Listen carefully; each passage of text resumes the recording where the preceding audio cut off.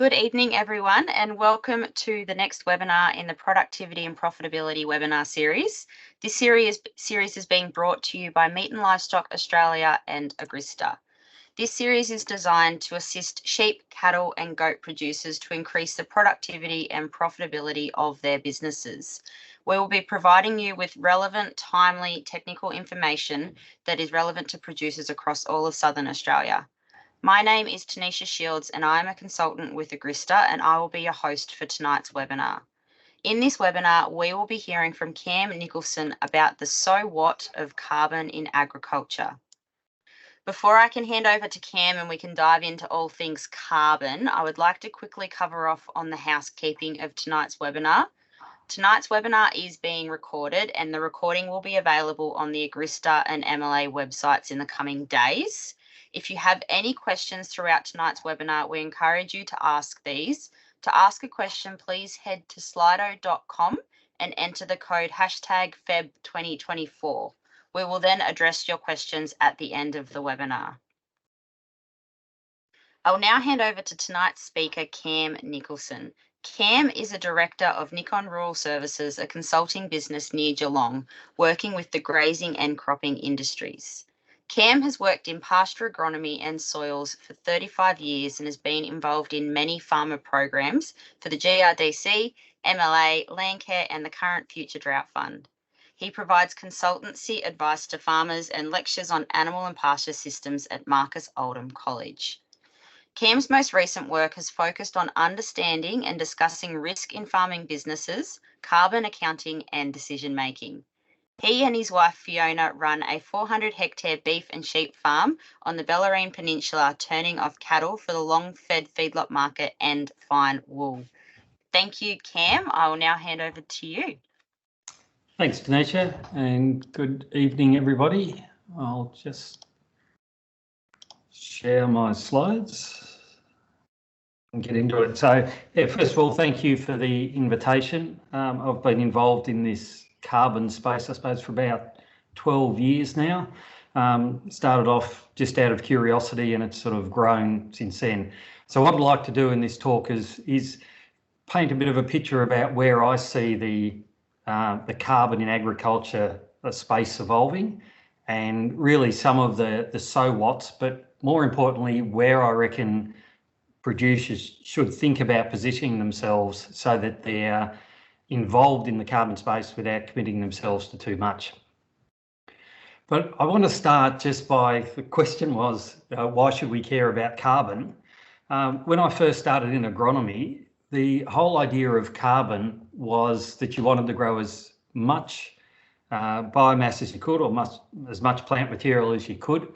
And, you know, we take carbon dioxide, which is a odorless clear gas, out of the atmosphere and through photosynthesis with water and nutrients and sunlight, turn it into a solid product, whether that's trees or vegetation or whether that's pasture.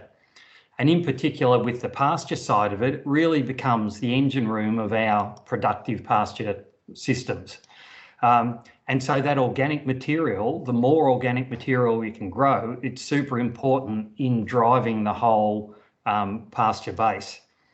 Because that organic material that gets put into the soil, the bugs use that as their carbon source, as their food source, and as they break down that carbon, they release the nutrients that are inside that organic material through a process called mineralisation. Super important because most of the nutrients that plants use to grow from come from mineralisation, not from the fertiliser that you put on. So the mineralisation is actually the backbone of the productive system in our pastures.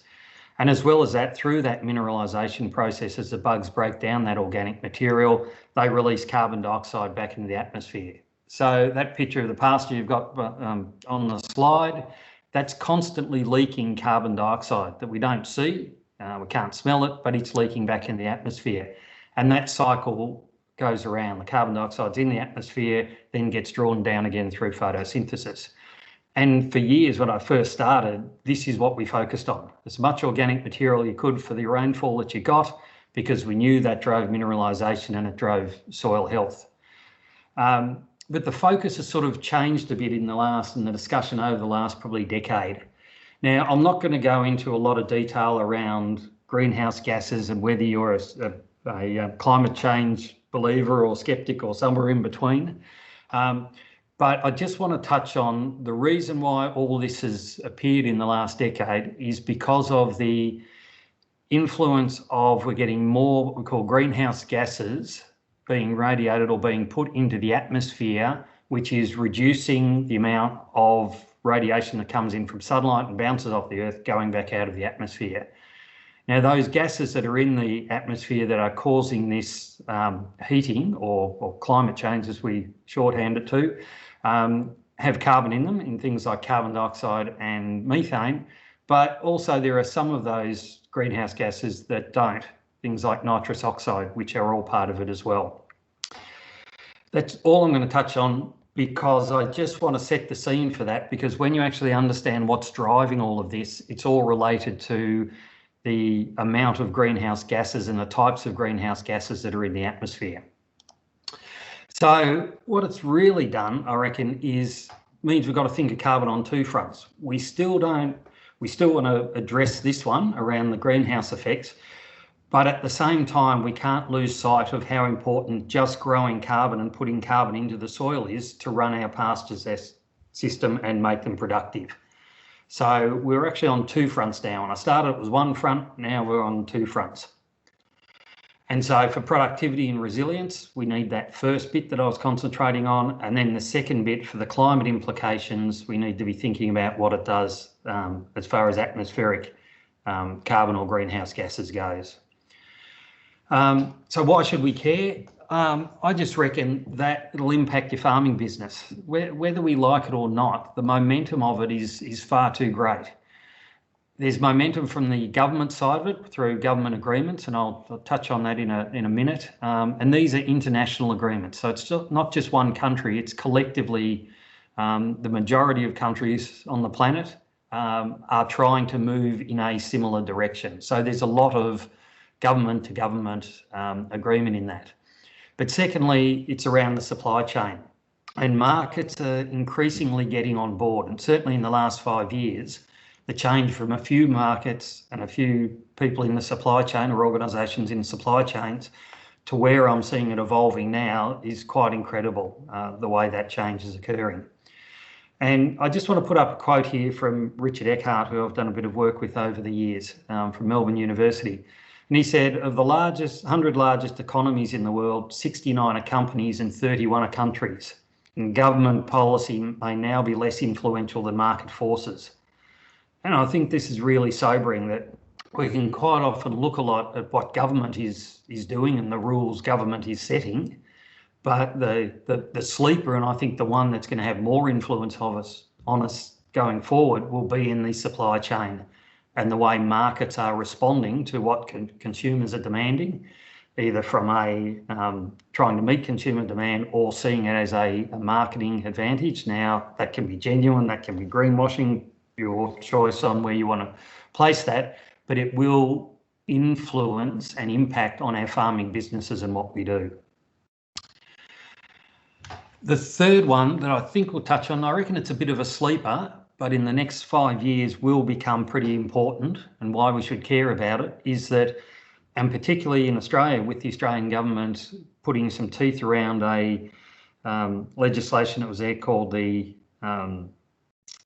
it's just slipped my mind, the safeguard mechanism, which means that the top 100 emitters in Australia have to reduce their emissions by typically 4.9% a year every year from now to 2030.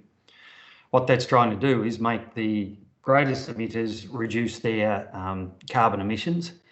And so that's about being more efficient. But if they can't be more efficient, then they have to go to the market and buy carbon that's been stored by somewhere else and someone else. And when you think about it, there are very few sectors that actually store carbon as part of their business. Agriculture is one of them. So agriculture has the opportunity to store it in vegetation that we may grow or soils that we may have. So I can see there will be increasing pressure, for want of a better word, on farmers and farming businesses in the agriculture sector to provide opportunity to capture extra carbon. And that could come in some perverse ways where there may be people buying farmland simply to put into trees to capture the maximum amount of carbon. If you see it as an opportunity, then it could potentially be that we can get more revegetation in the landscape and increase biodiversity and so on. So depending on how you want to look at that, that could either be seen as an opportunity or a threat. One thing that I think it will do is it will increase the likelihood of farmers being or carbon projects being promoted to farmers as a integral part of their farming business. And we just need to be aware that that potentially could ramp up further in the future, that sort of pressure or that interest. The flip side of that is that we know as supply chains are starting to look at reductions in carbon emissions and lower emissions products being produced, we've got to think about ourselves as well. And so it's one thing to think about, I've got an opportunity here to actually sell carbon and potentially make some money out of it and sell that to other sectors, but we're going to need some of it ourselves. And really starting to get your heads around how much do we think we need if the supply chain is going to start to differentiate between low carbon and high carbon producers of products. We may want to be a little bit wary of how much we commit to third parties when we may need it ourselves. And I'll come back to that in a minute. So what should we do about carbon? I'm no expert on this. As I said, I started in 2011, but really Fiona and I are muddling our way through it and learning on the job as much as anybody else. There are times when we've seen great, or what we thought was great opportunity in it, and then we've become more educated about it and decided that that wasn't for us. So I think it's going to be horses for courses for every individual farmer. So we're learning on the job. My position may change as I learn a bit more in the future, but I'll share with you some of the things of where we've got to now. Biggest question I get as a consultant and get asked time and time again is individual farmers saying, what should we do? We're grappling with exactly the same question, but I'll just give you some examples of the sort of path and the way we've thought about this as we move forward. So before I do, I just want to give a little bit of background of where this has all come from. For a lot of people, you might think that, oh, this is only the last 5 or 10 years, all this has ramped up. It actually started in 1988. So discussion around this started, it was the United Nations that put it together. They produced a framework on climate change, and they instigated an intergovernmental panel on climate change called the IPCC for short, which some people may have heard of. And they were lots of governments, there's about 200 in there at the moment, and they basically meet and set direction, collective direction on what they're going to do to address the issue of increasing greenhouse gases in the atmosphere. And the aim when they first came together was to stabilise those greenhouse gas concentrations at a level that would prevent dangerous, and it's called anthropogenic interference with the climate system. But what that really meant was to put a cap on how much temperatures may rise so that we don't get some of these very dangerous and unpredictable climatic events occurring, whether they're droughts, floods, wind events or whatever it might be. And that's an important thing to keep in mind when you start looking at some of the opportunities and why some of the decisions are being made the way they are. They meet annually, and they have since 1995, and they're called the Conference of Parties when they meet. They do it every year, and they're called COP conferences. That's what COP stands for, Conference of Parties. Last one was in Dubai, so COP28 was in Dubai in last November. I think it was October, November or something. But there's a couple I just want to highlight. One was in 1997 at COP3 was what was called the Kyoto Protocol. Now, the importance of that is that countries agreed to, but then had to ratify it with their governments, which in Australia took a while, but they agreed that they would benchmark the emissions from their countries, from all the different sectors in their countries, and then they would submit inventories to everybody else in the world to say how they were tracking. Now, the important thing about this is that they set the rules of how the calculation should be done. So individual countries couldn't just decide how they wanted to do their calculations. There would be some standardisation in the way that was done. And that's really important because that flows through to the calculators that potentially you might use if you're doing your calculations. Australian does this every year. They submit their annual inventories. And if you're interested, you can see how Australia is tracking. The other one that was really important was in 2015 at COP21, when the world agreed to this legally binding treaty to be carbon neutral by 2050. So that's where the carbon neutral thing has come from. And a lot of governments have then been setting targets and interim targets because of this agreement to be carbon neutral by 2050. Okay, so not 2030, 2050 is a carbon neutral one. The IPCC also put out assessment reports. They're called AR reports. And there, as I said, with the Kyoto Protocol, they do these various calculations. They also do a lot of reviewing of research that's been done in the last few years, but it basically sets the rules and changes some of the calculations and assumptions depending on what the best available science is telling us. What's relevant to us is it changes the goalposts of how we do the calculations. And just to give you an example, this is the AR up here are the different AR reports and the years that it's applied to. And what I've put down here is 3 greenhouse gases, carbon dioxide, methane and nitrous oxide. And in the calculation for one of the metrics, which is called global warming potential 100, so how much does a gas warm the atmosphere? So it's a comparative measure of the warming potential of those different gases over a 100-year period. And they're a bit like DSEs. If you think carbon dioxide's 1 DSE, then other gases are rated like other animals. So if a sheep is given 1 DSE, then a cow might be given 10 DSEs because it requires 10 times the energy. That's what the DSE rating's about. This is the same sort of thing for carbon emissions calculations. And so if we look at AR2, carbon dioxide was given a global warming potential of 1, methane was given 21 times that. So in other words, you could put 1 methane into the atmosphere or 21 carbon dioxides into the atmosphere, and they, over a 100-year period, theoretically warm the same way. Now, there's quite a bit of debate over, is this the right metric to be using, and are there other ones that are better or more relevant to the agriculture sector? But that's what we're dealing with at the moment. And nitrous oxide is 310. What I wanted to highlight here, though, is how they've changed over time as science goes on. So the AR2 report said that it was 21 in 15-16. So when I first started doing calculations, methane was rated at 21. It then got changed to 25, then got changed to 28 from 2021 onward. And soon, when Australia puts out its next report in a few months, that will drop down to 27 for biogenic methane, which comes out of an animal, and will increase to 29.8 for methane that comes from fossil fuels. And you can see the way nitrous oxide has changed as well. So what that means is your calculations, expect your calculations to be changing over time. This is the Australia's inventory for 2021.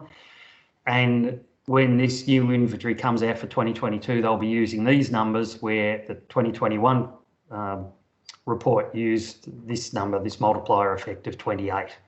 Okay, so I've been frustrated to start with because it kept changing over time, and you think you were tracking quite well, and then they just change the number and all of a sudden you're not tracking as well as you thought you were. But that's just the nature of the beast, and it will continue to be the nature of the beast as we go on. So just to alert you, don't get too hung up about that. It's going to change and will continue to change. The other thing this has done, though, with the government putting out these sort of inventories and doing that sort of stuff, is it's also created opportunity for the private sector to become involved as well. So we've got to think that there's actually 2 players in this space. There's the government sector offering certain things and the private sector offering certain things as well. So what are we trying to achieve here? As I said, we're trying to reduce certain greenhouse gases from the atmosphere and store them permanently. And permanently is a pretty important word. Now, how permanent you think 25 years is debatable. Australia is one of the few countries that the rest of the world accepted that in Australia 25 years would be considered permanent. Most other countries in the world consider 100 years or 100 years plus to be permanent. But anyway, Australia carved out a bit of a deal where we said 25 years would be the length of our permanency. But what it means is if you capture carbon, that carbon needs to stay permanently captured for at least 25 years. And it's one of the reasons why when people say, well, why isn't the pasture that we grow, because it uses carbon and captures carbon, counted? It's because it's not permanent, because it gets eaten by an animal, some of it returned to the atmosphere, or is stored in products that usually consumers eat if it's meat, and then they breathe it out as carbon dioxide, so it goes back in the atmosphere again. So it's not solved. So what actions potentially could we take in trying to reduce these greenhouse gases? You've really got two opportunities. One is to reduce what you emit in the future. So that's what we talk about as emissions reduction or emissions avoidance. So we don't, in a sense, pollute as much as we might be currently. The second one is to draw down what's already in the atmosphere and store that in that solid permanent form, which is the carbon sequestration bit. Or you can do both. And I've separated the two out because quite often I see the discussion jumps very quickly to carbon sequestration and how we need to suck more carbon into the atmosphere, from the atmosphere into solid products, and what are the opportunities to sell it and make money and so on. I think that's missing a point a bit. The first bit that we've really got to concentrate on, I believe, is around this emissions reduction and avoidance. And I'll show you some examples of that now. People will also be aware of targets. Probably the most common one that red meat producers will be aware of is the Australian Meat Industry's CN30. So that is an aspirational target for the red meat industry to be carbon neutral by 2030. Okay, it's not the same target that the rest of the world has, but what it has done is certainly focus on the red meat industry and advance, I think, the discussion and development of possible solutions in the red meat industry. Do I think we're going to get there by 2030? Probably not. But at least it's put us on the right path. So there's been some value in that, I think. But if we just look at some of the other targets, Australia's got 43% net emissions from 2005 by 2030 and net zero by 2050. So that's the Paris one. Each country sets their intermediate targets and different countries have different ones for that. Australia's 43%. Australia has also signed this voluntary methane pledge.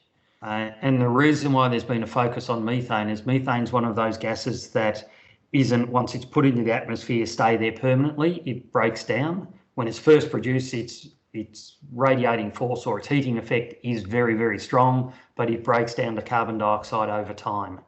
Not in 10 to 12 years, it's about 60 years before it reduces, but it does break down, which means that if you can start reducing it over time, the warming potential of what's warming the planet will actually reduce because of it. So there are different pledges. Australia signed up to the voluntary one of 30% less methane by 2030. So it's not no methane, it's just a reduction in methane. And a lot of the scientists are talking to meet the 1.5% target, which they're saying is the upper limit before we get some catastrophic changes to the climatic system. We're looking at that 11 to 30% by 2030 and 24 to 47% by 2050. It's an important take home, I think, for the livestock industry because we're not saying we need to be methane neutral. Okay, and I've heard a lot of people saying we're not going to get to zero methane. You don't have to get to zero methane, it's the bottom line. We just have to reduce it. And that's a significant number to reduce it by. But there's a number of things that are being developed at the moment that I think will help us get there. But I just wanted to put those targets out. Those, again, are largely government type driven ones. From the private sector, very recently, and this is December of last year, so only a couple of months ago, there was an initiative by the World Wildlife Fund, which is called the Science-Based Targets Initiative. And what that's trying to do is get the private sector and people involved in supply chains to sign up to a standard that is scientifically based and is rigorous enough and helps to meet the protocols that have been signed by government. It's a really important initiative because up until then we haven't really had that direction. It's been pretty loose. So that's an important one to keep an eye on because that will drive what a lot of supply chains then demand of us as suppliers. their target for the land, the forest land and agriculture sector is about 30% reduction by 2030. So not carbon neutral by 2030, 30% reduction by 2030. And that's across all sectors in agriculture. Also, just want to touch very briefly on the government and the private sector, because as I said before, there's actually two big groups that are operating, for want of a better term. The government ones, they publish methods of how you could get credits if you sequester carbon or avoid emissions. They issue what's called Australian carbon credit units, and a carbon credit unit is 1 tonne of CO2 equivalent. So that's other things. So if you reduced methane, it would get multiplied up to equivalent to carbon dioxide, and then equivalent to carbon dioxide. So they issue these Australian carbon credit units. Okay, mint them if you like, based on if you meet certain criteria in these methods. Now the ACCUs, as they're shorthanded, are a financial product. If you're generating ACCUs and generating through these methods, you get audited, they're registered, so they're uniquely understood by who owns them and and if they're purchased, who purchased them. Now, there's been a bit of controversy over some of the ACCUs. I haven't got too hung up about all of that, about are they credible, are they not? Because I think on the whole they are. I think over time what we're learning is that some of the methods that have been created aren't quite right. But a bit like changing the global warming potential, we're learning on the job and we'll get better as time goes on. So I think there's a bit of leniency sort of needed in there because they haven't got it perfect first time. But what I will say is that, and I've got there, while not perfect, the methods provide a useful reference point to compare of what's being offered in the private sector. I get a lot of questions from people saying, I've been approached by a carbon provider or someone who's wanting to get me to sell my carbon credits or generate carbon credits in the private sector. And when you look at the method that they're offering, I say to them, go back to the government type methods because they're actually quite rigorous in what they're asking for, and see whether they meet some of the criteria that's in the government one. So rather than saying, oh, they're a good service provider or bad service provider, which I don't want to get into, I usually check them against the methods that have been designed by the government method and see how they stack up. And the sort of things I'm looking for is it additional? I've seen some schemes where they're not additional, and by additional it means, is it new? Is it something that's added on to what we've already got, not counting something we've already done in the past? Second one, what's the level of permanency? Because some of them have pretty dodgy permanencies where the Australian government's saying permanency is 25 years. It has to be stored there for 25 years.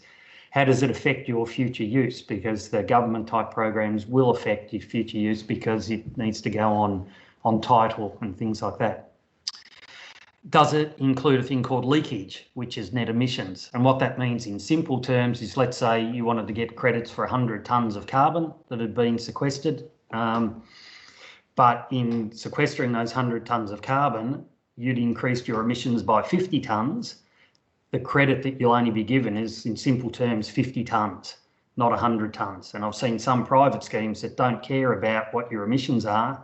Just if you've sequestered some carbon somewhere, that's what you'll get supposedly paid for or offered. It has to pick up leakage, because otherwise, what's the point? Because you haven't taken 100 tonnes out of the atmosphere, you've only taken 50 tonnes because you've let 50 tonnes go in the process of creating those 100 tonnes. So that's an important one. And what are the measurements and the calculation approaches? Because the government ones are very rigorous, both not only in Australia, but if you look at some of them overseas as well, they are very strict in what's included and not included, and very much on the conservative side of the calculations. And are they registered and audited? I've seen some where there's no unique register on the carbon of the credits that have been calculated in the private sector, very loose auditing of them. So those credits can be sold multiple times over. So there's some issues in that as well. So I think using the government one to balance up what's being offered in the private sector is a good way of starting if you want to go down that path. From a private sector point of view, I put this slide up as a bit of a joke, but it has, in my experience and the phone calls I've had and the advice I've given over the last 5-10 years, been a bit of the Wild West. Now, before any carbon provider he wants to shoot me, there is a real range between what I think are some very credible ones in the private sector and some real junk ones. And I'm not going to say who fits in what category, but just be aware, I think there is that very wide range, and I've had experience with both ends of those with individual clients. What I think will help, as I said, are these science-based targets, because it said here, it provides the world's first standard method for companies in land-intensive sectors to set science-based targets that include land-based emissions reductions and removals. And so this will straighten up, I think, the private sector so that we get more consistency that's based on best available science, which I think will be good in the private sector if you want to move in that space. Another one in Australia that's probably just worth mentioning is that there is an Australian Carbon Industry Code of Conduct, which is the way they should interact with you in the private sector. Some have signed that and some are part of that Code of Conduct. You can question how good a Code of Conduct is, but I think it's another thing that adds to the what might be more on the credible side of it rather than the junk side of it. All right, just want to get to the point now, what do you reckon you should do? And I reckon my starting point, and I'm saying this more and more to people, is know your emissions. And in knowing your emissions, people are probably familiar with, they talk about either the MLA calculator, which is actually built from what is called the GAF tools, the Greenhouse Accounting Framework tools, that have been produced by the University of Melbourne, and they're housed in their Primary Industries Climate Challenges Centre. These are all the different versions for the different enterprises you've got. You'll see they have versions with lots of different numbers on them. The reason why they have lots of different numbers is every time the rules change for a sector, as I mentioned earlier, then they update the calculator to have the latest rules in them. And that's why you have so many versions of the different ones. So if you're ever doing your calculations, always make sure you go to the Primary Industries Centre there and make sure you're downloading the right or the latest version of it that's been updated. What I really like about these, and why I encourage people to use these rather than some of the other calculators that are out there that you can use, is that these adhere to the National Greenhouse Gas Inventory Standards. So they are using the same calculations and the same assumptions that are being used by the federal government when they're putting their accounting out to the world. Now, up until now, different accounting methods have been accepted. I think with these science-based targets that I mentioned earlier, there will be more consistency in having to be consistent with your national calculations to meet those supply chain requirements. But the history of it is that these were generated, first of all, to create Australia's early inventories, and they're based at a state level. And when you click on your state, it default puts in a whole lot of values that I can tell you will be roughly right, but precisely wrong for your farm. So they're only a guide at the moment, and they are evolving fairly quickly. But the calculators were first built to get a very high level, high standard, and now we're trying to translate them down to be precise for an individual farm business. And so there's a lot of work going on in that space at the moment. A group called Agricultural Innovation Australia, who I've been doing a little bit of work with, are using these accounting frameworks, but having an online version where you basically build it for your own farm. And that will, over time, allow more of those subtleties that reflect your farm to be built into it that you can't do with the current calculators easily at the moment. They're launching that next week at VOCAG over in WA. There'll still be a bit of work to tidy that one up, but I think this is where our calculations will go in the future. One thing I'll just mention about your emissions and the calculations is that a lot of people, when we try and do it retrospectively. And I find a lot of people, when they start with that, struggle to get the numbers to work backwards. So what I'd say to you, don't get cheesed off because you haven't got all the numbers to go backwards. I reckon if you're concerned about that at all, just start from today. So I'm going to start from today. You'd open up the calculator like this AIA calculator, and you would put in today's numbers or this month's numbers. And then I say to people, just when you update your things like your BAS statements, because you'll be handling a lot of the documents that you actually need the information from. So things like fuel use. If you're claiming the diesel fuel rebate, you'll have the number of how many litres of fuel you've used. If you go to the AIA calculator, you can just enter that in for that time period, and it will just add up over the year. So at the end of the year, you know how much fuel you've used. Electricity, same sort of thing, and so on. Fertiliser use, fodder that's brought in, animal sales, all of that stuff you just pick off when you're doing your VAS statement. And I think that's a quicker and easier way of doing it than trying to go too far retrospective. How the actual frameworks and the tools work, I just want to highlight this because there are some things you can spend a lot of time on that you don't need to, and other things that I find you want to try and get pretty accurate. In general, what they do, they meet, as I mentioned, these national greenhouse gas inventory standards. The assumptions in the tool will change when the Australian government adopts them, and so they're regularly updated. The online version will update automatically all of your historic stuff, so that'll make it easier. It picks up emissions from multiple sources, carbon dioxide, methane, and nitrous oxide. It picks up all what is defined as Scope 1, which are all the direct gases from inside your farm boundary. Scope 2, which is the electricity side of it. And importantly, in the last couple of years, what's called Scope 3. And they're products that are being brought onto the farm from your, that you need to run your business. So that could be fertiliser, herbicides, could be fodder that you've bought in, could be livestock you've bought in. And this has made a big change in the conversation in the last few years, particularly in the supply chain, because the supply chain is realising that our Scope 1 and 2 emissions that we're producing on our farm actually become a Scope 3 emission for the next person down the supply chain. And so what that's done is actually change the conversation to saying, how efficiently are you producing products? Because if I was a supplier further down the supply chain and I could buy from two people, one who's had far less emissions for a tonne of livestock compared to one that's had very high emissions for a tonne of livestock, I'd buy from the low emissions one because that goes on my books as the supply chain moves through. So Scope 3 has now become a very important part of our calculations. It's still got a lot of work to do because they're pretty coarse at the moment, but as I've said several times now, it will improve over time. So just hang in there because the Scope 3 stuff will get better. The actual calculations from a livestock perspective, currently, if you use the old tools, they're done on an annual basis, but seasonally broken up. And there's lots of mistakes that you can make in that. It is now going to monthly, which will make things much easier. Those calculators allow you to do your Scope 1 and 2 emissions, less any sequestration, but only in trees at the moment, so any carbon that you've captured, and allows you to calculate your carbon footprint, which is your carbon account plus your Scope 3 emissions. But as I mentioned, with this interest now in Scope 3 emissions, it also allows you to calculate your emissions intensity, which is just simply defined as the net carbon emitted per unit of product. So how many kilograms of greenhouse gases do we produce to produce, say, a kilogram of meat, kilogram of wool, kilogram of grain, milk, if you're in different industries, okay? And I think this is a super important one to get to, and I'll show you a couple of examples why.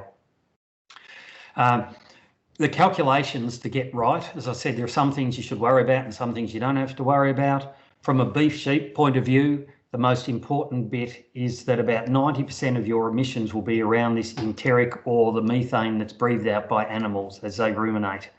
All the other stuff is pretty small. From all the calculations I've seen, it varies between about 85 and about 95%.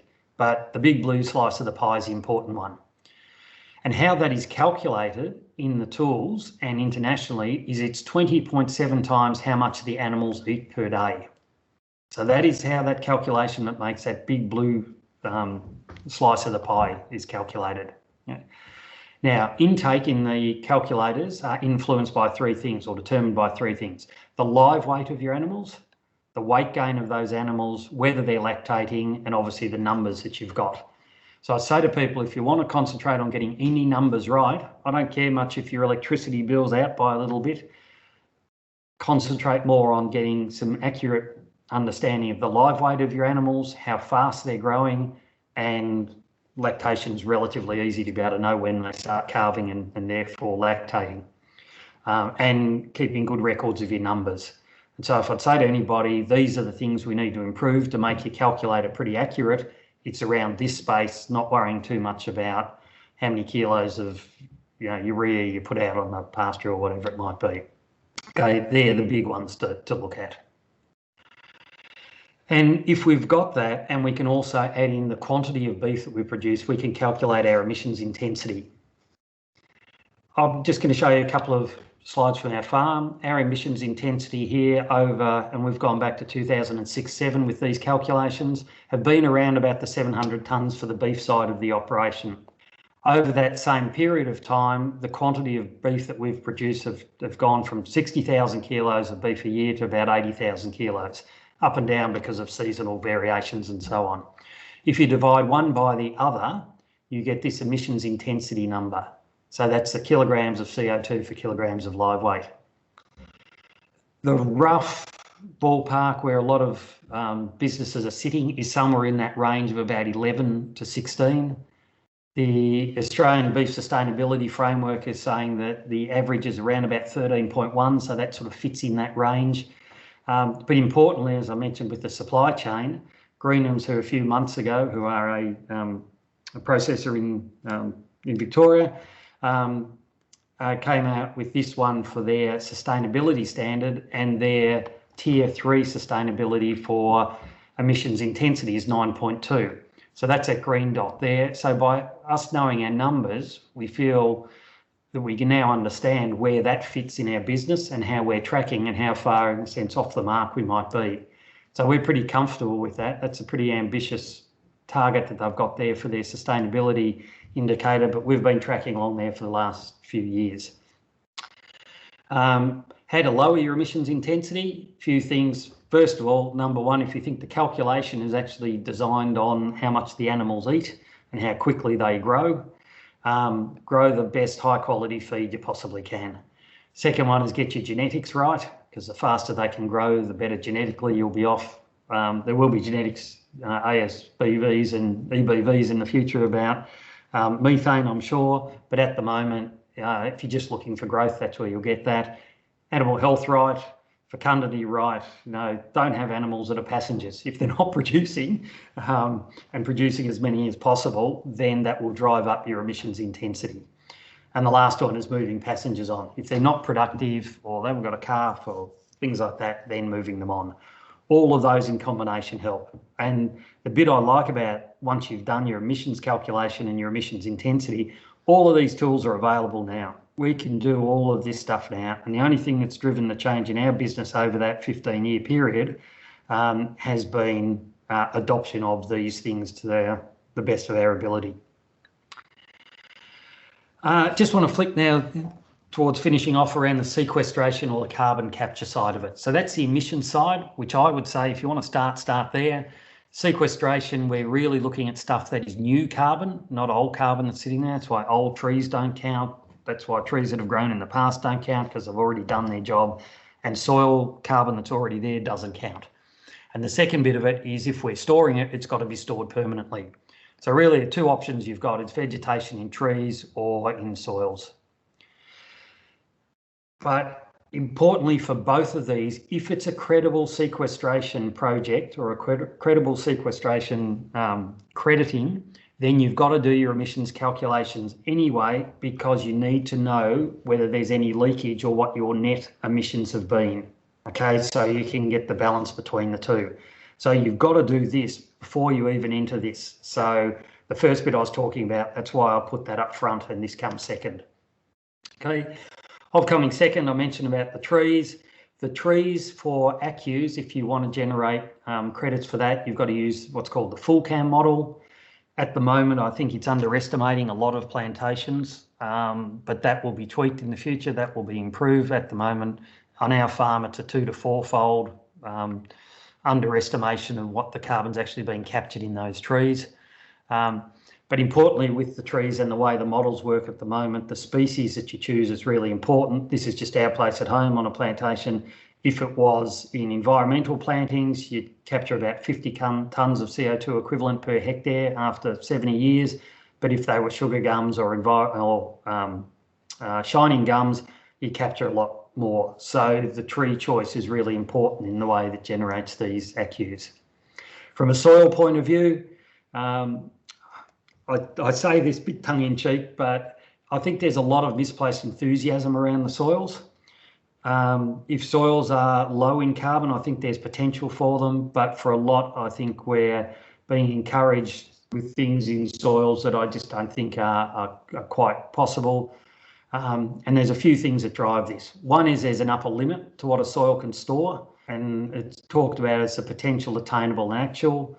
So this is the amount of carbon that you can store along the bottom. The potential of what you can soil is based on your soil type. What can be attained is based on climatic conditions, and that's simply the more you can grow, more potentially you can grow, the more carbon you can put into the system, and therefore the more carbon that can be left in the soil. And then how closely you achieve your attainable is based on your management. So it's important to understand this first of all. What is the potential of my soil? Now, some people are spruiking at the moment that the sky is the limit. The sky is not the limit. There is a potential attainable organic carbon for all soil types. The second one is that carbon stocks are simply, the simplest way of thinking about it, a balance of carbon in versus carbon out. And the bucket is the size of your attainable. How full that bucket is to reach that attainable is your management level in there, but it will vary depending on how much you tip in to how much comes out the other end. And it's highly rainfall dependent. Third point is to build carbon takes nutrients.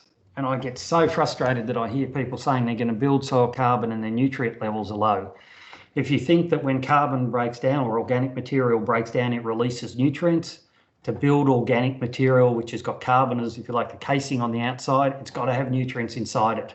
So you can't do one without the other. So we need to think carefully about what nutrients are actually going into that system to help us build that carbon. And the fourth one is the permanent increases in soil carbon required sustained additional carbon inputs. You can't just do it as a once-off or over a couple of years and think, now that's permanent for the next 30 years. It will come back again. Because the balance, you've turned that tap on for a little bit, that tap's still flowing at the same rate, then you turn that tap off or slow that tap down again, it will drain out faster than it's going in, so your level will go back again. And the best bit of evidence I've seen of this is from a place called Rothamsted over in the UK.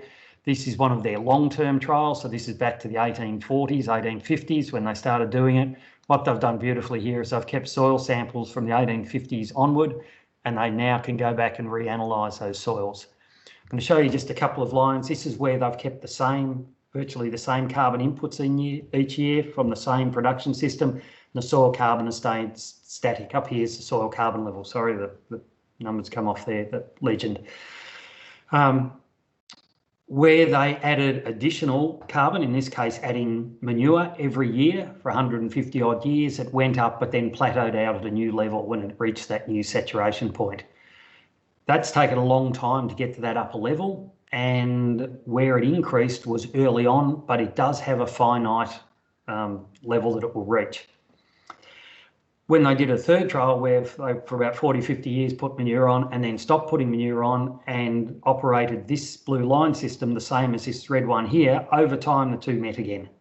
So basically, once you stop putting that extra carbon in, the system had built up to survive on the extra carbon, it just ate the extra carbon up until you got to a new equilibrium there. So just remember that if you're going to get permanent soil, you've got to keep doing it over and over again. Okay, and the last one is this tension between what I call stable carbon, which is the carbon credits that we may be wanting because we want them permanent, and this labile or mineralised carbon, that rapid turnover carbon that we want to feed our plants to grow in the next month and the next 6 months. And it's really challenging to have both of them. If you're increasing your stable soil carbon, quite often it will come at the cost of the amount of labile carbon you've got. And this labile carbon was the first comment I made about that's where the system drives from. If we're trying to get carbon credits, we're actually wanting to put stable carbon in there as well. And it's a challenging process to get both done.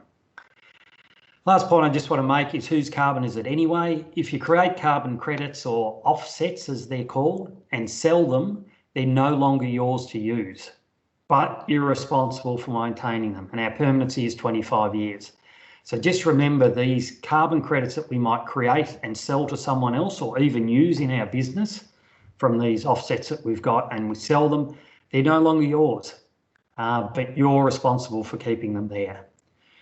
If you create carbon credits for your own use, which I think a lot of farmers are now starting to think about, it's called insetting or inset carbon, then they're yours to use. The thoughts are they're probably only going to have a 5-year vintage. You've got to use them within 5 years. You can't just stack them up forever, but you're still responsible for maintaining them for the 25 years. So if you use them against a product you sell, that purchaser of that product would still expect you to be maintaining that carbon on their behalf on your farm as part of it. So if we're using carbon offsets to reduce our emissions, there is a responsibility that goes with that.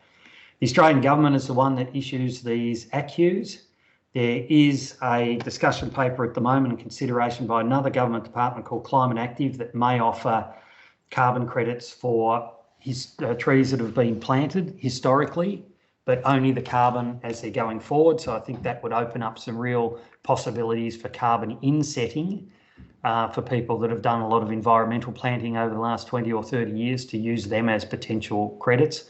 But recognising that it will be a cost to actually create those credits because they're government-run credits, and therefore we need to see in the supply chain reward for that. Otherwise, it'll just become another cost to our business.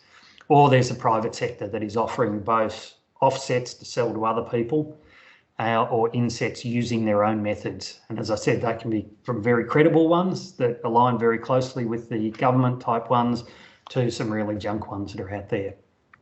So just to conclude, I've got here carbon in agriculture is an issue we cannot ignore. I made a comment once that think if you're a school kid and the school bus is pulled up and the school bus is a carbon school bus. I don't really care if you think school sucks and you go down to the back of the bus and you muck up or whatever else, or you're the conchy one that wants to sit up the front with the driver, but get on the bus. Because I reckon the way it's going at the moment, you can't ignore it and it will cost you if you don't. Second one, I would calculate your emissions and your emissions intensity because it puts you in the game. And the beauty about that is you're not selling them to anybody. You don't have to disclose that to anybody. But as people start putting these benchmarks around in the supply chain, what we should be hoping for, you've got an opportunity to understand where you're tracking with that. And secondly, if you know your emissions, you can potentially look at how could I reduce those emissions intensity with tools and practices that we already know exist. And so focus today on driving your emissions and your emissions intensity down. I think this is a really safe place to be. Which will have really good dividends the more the supply chain in the future demands them to be lower and lower. You're already on that path to driving that anyway, and you're still in control of everything and you haven't committed anything. And final comment is only enter the carbon credit market if you really appreciate what you're getting into. There are some real challenges with it. They always sound good on paper and sometimes the people talking to you and the spiel sounds pretty good, but just make sure you understand those things around the permanency, the additionality, the responsibility that goes with that, the future use and so on. And on that note, I'll pull up and see if there are any questions. Thanks, Cam. Thanks for a great crash course in all things carbon. We have quite a few questions come through, so just while we're changing over the screen sharing, I'll remind the audience that we're actually using Slido for the questions tonight. So if you have a question, make sure you head to slido.com and enter the code #Feb2024. The first question that I've got here for you, Cam, is how do we track progress with the changing goalposts? Yeah. It's really around the trends that you've got to be looking at rather than the individual numbers. So unfortunately, the old GAF tools, if people have been using them, you have to go in and physically change your numbers each year when you've done a calculation. The new tool will retrospectively allow you to adjust all those numbers. And so it's really trends I look at. If I look at individual years in our business, they'll bounce up and down a bit. but it's a trend over time. And you only get that obviously by having years of data or starting now, and in a few years you'll get something. That leads really well into another question we've got, Cam. It's how many years should I do an emissions calculation for to get an idea of progress? Yeah, a lot of the, if you're looking at sequestration, they're looking at 3 years. So 3 years is sort of a bit of a baseline to allow you to get that volatility out of the system. The further you can go back, the better. The only reason why we went back so far is we're bits of nerds with numbers and recording stuff. So we had all the data there that we could go back. But yeah, 3 years is a really good start. The next one. Oh, I think you've already covered this, Cam. If I have done calculations in an older version, how important is it to update to the new version? Yeah, important. And if you want to do it, if you've got an old version of the GAF tool, if you go to, I think it's the last tab in the GAF tool, because it's an Excel tool, the last tab in that is just called GWP. And when you go into that, it will have the 3 numbers for those GWP values. So if you've used an old version, it might be 21 or it might be 25 or it might be 28. If you want to convert your old ones to the latest, just go back and change that one number and it will flow through every calculation. Ah, that's a good trick. Very, very good. Another one, Cam, you showed emissions intensity on inventory adjusted beef. Is this different to per kilo sold, which is in the calculators? Yes. Very good question. I jumped over that. Yeah, because if you only go on sales, there are some times where you might have a mob of animals and in that year you've decided not to sell them, but you sell them, say, the day after your next year's inventory starts. You've booked the emissions because you've booked the numbers, but because it's driven off your sales and divided by your sales, your emissions intensity in that year that you haven't sold them will be high. And then you go to the next year and you might sell 2 lots. You might sell them the first day and the start of the next year, plus say those steers then might be sold towards the end of that same year. So you're selling 2 lots of steers in that year, but you've only really booked emissions for 1 lot of steers in that year, if that makes sense, and I'm hoping it does. The AIA calculator allows you to roll from 1 year to the next, and you can tick on what's called inventory adjusted, and that will automatically smooth that out. I could have shown you the graph where we haven't adjusted for the inventory, and 1 year we're well above the target. You know, Greenham's target, we're down at 6 1 year, and next year we're up at 11, when in fact the emissions were pretty stable across that whole period. So 1 year you think you're there, next year you're not. For the supply chain, that'll confuse the hell out of them, because they'll ask you, what were your emissions last year? And you say 11, oh, that's too high. Next year you're 6, geez, that's really low. But in fact, you were probably tracking around 8 or 9 overall. And for those that are just using the current calculators, Cam, is the supply chain aware of that? Some are, most aren't. Yeah, so it's a trap. It's an absolute trap. Yeah. So I just in the GAF calculators, I just make up a little inventory change, which when I'm doing it with people, I just plug it into it to make it work. But the AIA tool is going to be designed to avoid that problem. That's good. Good to hear. We still have a few questions to get through, Cam. Is there any emissions calculation methodology for cattle or sheep feeding on forage shrubs like saltbush? Yeah, really good question. Simple answer at this stage is no. And that's one of the problems with it being a national or state calculator that's now trying to do individual farm levels. There are lots of things. If you use some of the, ruminant modifiers that reduce the amount of methane, there's no simple way of including that to say you've used that. There's no easy way of including, say, coated ureas or nitrogen to reduce losses from nitrogen, because the calculators are too clunky at the moment, but that will come. So simple answer is no yet. Yes, no yet, but will be soon. Good news. And have you had much to do with natural capital accounting? A little bit, nowhere near as much as the carbon side of it. We'll have time for one final question, Cam. Just while I'm bringing that question up, I'll flick to the next slide. If anyone's looking at taking off now, we would love you to scan this QR code and provide us with some feedback. But the final question I have tonight, Cam, is does it matter if I am reducing emissions intensity, but net emissions are increasing, for example, increasing fecundity? No. If it's offset by more production. So if your fecundity may go up and you may have twins, let's say, so that will give you potentially more emissions in your sheep.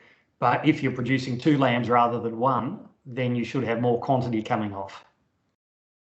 But So it's a really good one to start to play around with. If my lambing percentage wasn't 100% but 120%, how does that flow through? Yeah, interesting. So really flowing through to the final gate as well, not just lambing percent, but weaning percent and then kilos sold. Kilos sold, yeah, absolutely. Yeah. Thank you very much, Cam, and thank you everyone who's joined us for tonight's webinar. I know I've certainly got a lot from it, and it's a really good overview of the so what and next steps for people in this carbon world in agriculture. If you have any additional questions or suggestions for future topics, please reach out by completing the survey at the QR code, which is on the screen, or there's also a link in the Slido for those of you that are in the Slido to provide some feedback. This really helps us to guide the future topics of webinars that we might have upcoming. If you are listening to the recording, this survey doesn't actually close off, so please also complete the survey. If you're enjoying the series, we look forward to you joining us for our next webinar, which will be on the 13th of March, where we'll hear from Sean McGrath about dual purpose crops. Do they add value? And if you missed last month's webinar, make sure you head over to the MLA or Agrista websites to watch it. And be sure to check out our podcast series. You can find it on all major podcast platforms under the Productivity and Profitability Media Series. And Cam and I will be recording a podcast in the morning, which I'm looking forward to. And you can see that on Spotify and Apple Podcasts next week. Thanks, Cam, and thank you, everyone. Okay.